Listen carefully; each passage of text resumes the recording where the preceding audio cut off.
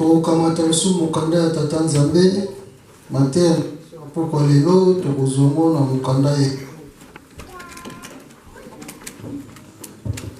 tokotanga na Exode chapitre 4 verset 14 soki tokotanga na kombo misatu ya bule. Exode chapitre 14 verset 14. L'Éternel combattra pour vous et vous gardez le silence. L'Éternel combattra et vous gardez le silence.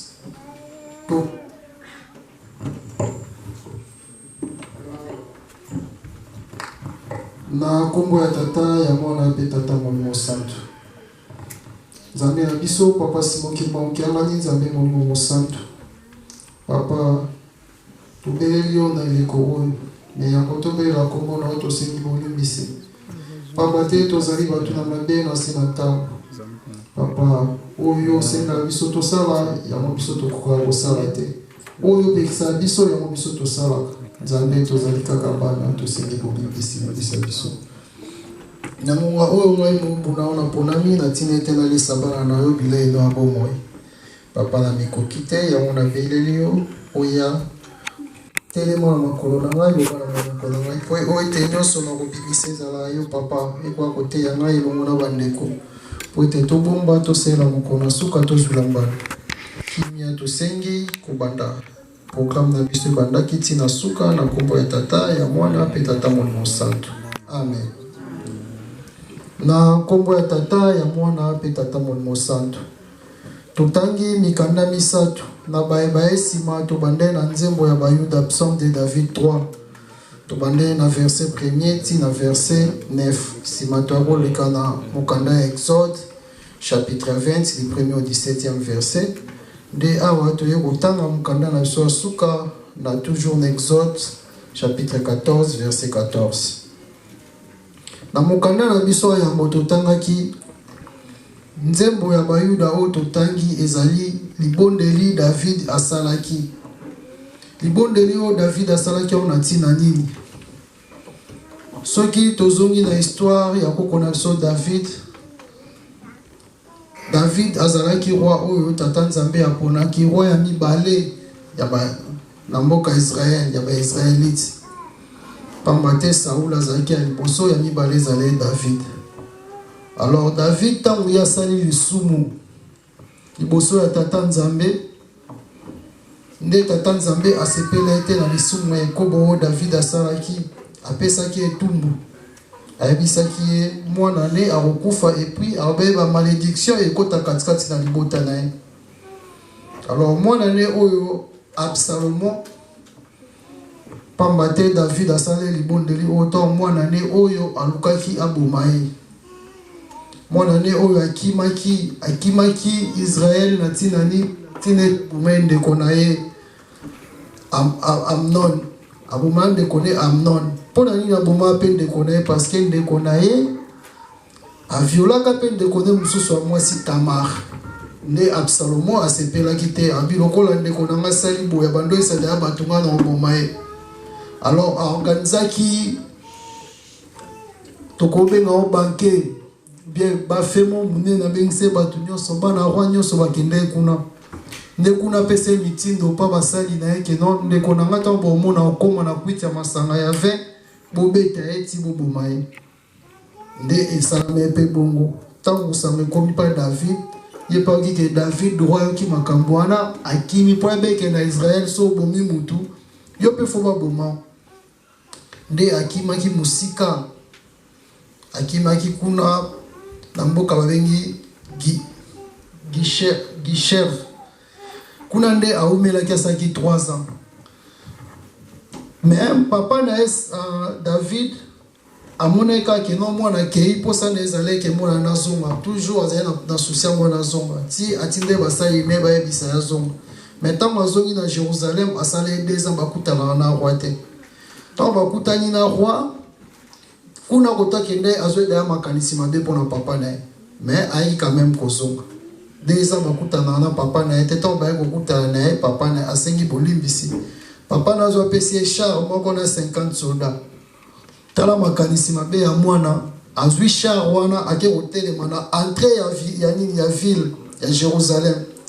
Batu nyonso bande ko uta mboka ya musika ba Israélite nyonso bande ko ya paroi po ba koluka justice.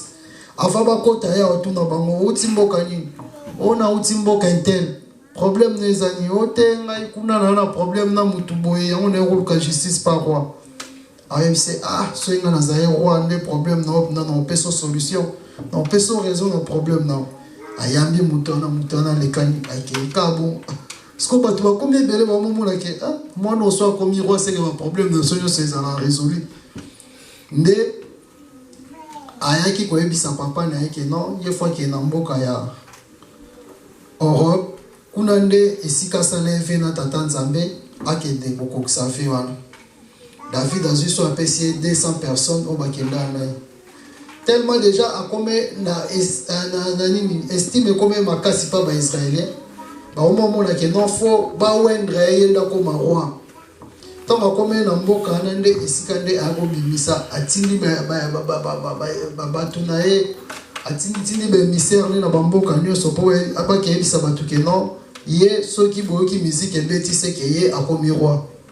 Ndenge par ça là qui tant David a ki bongo que moi là c'est trop proclamé roi a ebisa ba ministre nyonso bazali ba ministre nyonso bazali kine na Jérusalem ke moi non ndenge sali boy photo kima po awzana mawana bisote akoya koboma biso nde yango na bomoni balobaka la fuite ya David tant abando kima mwana ne Absalom nde yango salaki Psaume 3 o donc tant makimi fallait sko baluka stratégie ndeni ba combattre pour à combien na bato belé à peu près Israël nyoso ba combien simanae David atikala kana ba o bazaye ba proche na alors tant ba kimaki parmi bato na kuna ba traître pe bazaki ba woni sa David ke ayebi déjà eska bozali donc neza webo sala tout avant tant eta na boka sa journée boke na ngamba journée de kuna ne na ngamba journée eska ba ko sala ba stratégie nyoso bitumba David bango ke bunda me ba soda ba bité yo tikala yo zala kaka so biso nde to komi na difficulté to bengo o na renfort nde tant David atikala ki ernde asala ki psaume o ya lele pa tata Nzambe tata Nzambe ba yini nga ba komi belé pamba te tina kati ndako ne mwana ne mwa komi koluka bomai nde alele pa ya Nzambe tata Nzambe ayokela ki emao ba soda ne to ba kende bitumba kana bitumba liboso kaka ba Israélite nyoso bazali sima mwana na ye ba panzana ki bango nyoso et puis mwana na ye akokangama na piège tina ndenge général ne aboume mwana mais David tant apese bango instruction bi ne boke na guerre donc bosala tout ce bokutana mwana nga boboma ete mais basoda babomaki ye nde David mpe akomeka kolela mwana na ye awa tobeti histoire po tocomprendre ndenge nini libondeli oyo yale oyo totangaka na Psaume 3 oyo bapapa bapesa mpe biso que à chaque fois soza na problème oyo ezotungiso makasi problème oyo elekeli yo yo mwana Nzambe okozwa batitide mote oyo eza le contraire ya oyo bapapa balakisa biso bapapa bayesa biso soza na problème fukama kitsa mabolongo na Psaume 3 yango wana yango tomona ata tokota babeko tokenda na mabondele Psaume wana ezanga te eza munduki munene mpo na ennemi tant yo mona comme na ba problème omoni ke bazobundisa yo chama bolongo na senga pa tata Nzambe David abande ko sala malgré masumu na ye malgré masumu ya salaki mais ayebaki ndenge nini ko poussa liboso tata Nzambe ayebe ce problème ezali ndenge nini ko sala ko senga bolimbisi ko lela pa Nzambe po Nzambe abundela ye mais biso lelo ekomi ozana likambo oyo ezali ko tungisa yo fallait otika ete Nzambe abundisa yo lingo sala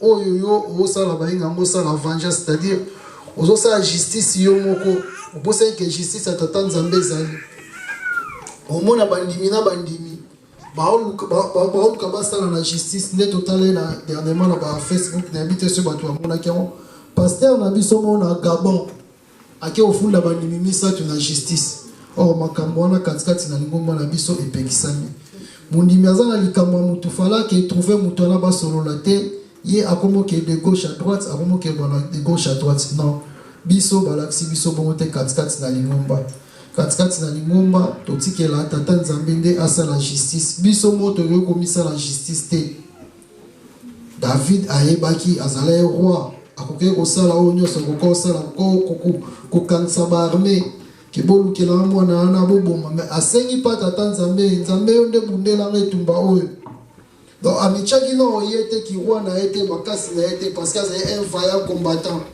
atali cour te bakalite na ye na nyonso afukami liboso ya tata nzambe abi abundela ye bitumba oyo aza nango nde totangi na psaume 3 nde tata nzambe ayokelaki ye mawa nde aganyaki etumba wana na ndenge azongaki bato nyonso bakomai contre ye bande kobundisa bakomai mpo na mwana na ye Absalom bango nyonso to bamona eke David alongi etumba wana bango moko su bakoluka David mpo basenga bolimbisi mpo bazongise na kiti na ya bokonzi bawendre su comme roi ya Egypte pamba te ye azali na nzambe ye abande okende te na ye moko abande kotia makasi nde na ye moko te batie makasi nde na nzambe yango wana alongi etumba wana ngai na yo bapapa bapesi biso psaume wana na bamabondeli na biso nyonso tomona yango tuso tokoti babeko so tosambeli tozongaka na psaume 3 so tosambeli tozongaka na psaume 3 pamba te yango nde ezali munduki na biso bapapa batikeli biso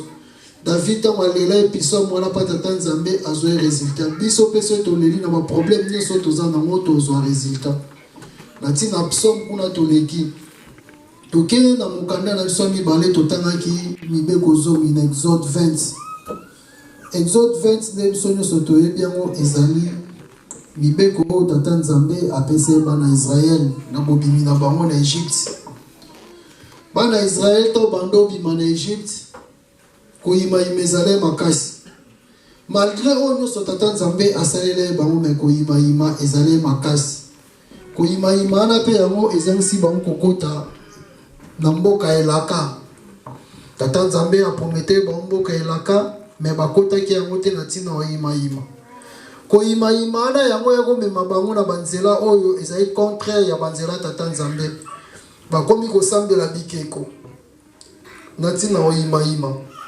bakomi koboya oyo nyonso Moïse azoloba na ntina koyimayima me tata nzambe mpe alakise bango makasi na ye oyo baboyaki Moïse mabele fungwama ye mpe bakundamaki nde tata nzambe apesa mibeko baoyo mpe batose mibeko oyo te bamona ye mboka elaka te lelo ngai nao mibeko epesameli biso pamba te nzambe achangeara te soki mpo na bana Israel oyo batose mibeko te bamonaki mboka elaka te mpo na biso mpe lelo soki totosi mibeko ya tata nzambe te tokosepela na nkembo na ye te oyo azali kolaka biso mikolo na mikolo nde yango wana loba moko bia mibale oyo bakotosa bamona ndenge na osepela na bango kotosa na loba eza mibeko oyo akotosa mibeko ye nda osepela na bokonzi ya tata nzambe kasi ngai na yo mibeko bazali kotangela biso ngo chaque semaine bazali korapele biso ngo chaque semaine me tozali kokoka kotia ngo en pratique te totingami kaka na makambo na biso ya mabe tokangami kaka na bikobo tokangami kaka na matatoli na lokuta tokangami kaka na kotosa malako ya tata nzambe te otosala lisumu na yo oyana mpe liboso ya tata nzambe ofukami obandi koloba n'importe quoi osengi ata bolimbisi te obandi mama kosenga nzambe nga na pasi boye ngai boye osengi ata bolimbisi te wana oloba kombo tata nzambe na ndenga solo te na lobi ke non je ne laisserai pas impuni oyo baotanga kombo na nga en vain donc osali mabe na oyo ya solo vraiment na kombo nzambe nga nasali yango te mais outi osala yango ozowangana tata nzambe abi akotika je ne laisserai pas impuni bato oyo ya ndenge wana donc punition ekoya soki bato oyo alingaki mpenza na motema na ye moko ndeti David mais apesaki etumbu désordre ekoti katikati na famille na ye kuna yaya aboma leki kuna leki yaya aviole leki donc désordre ekoti ti na kati ya famille mais David azali l'homme selon la volonté de Dieu Tata Nzambe apesaki etumbu.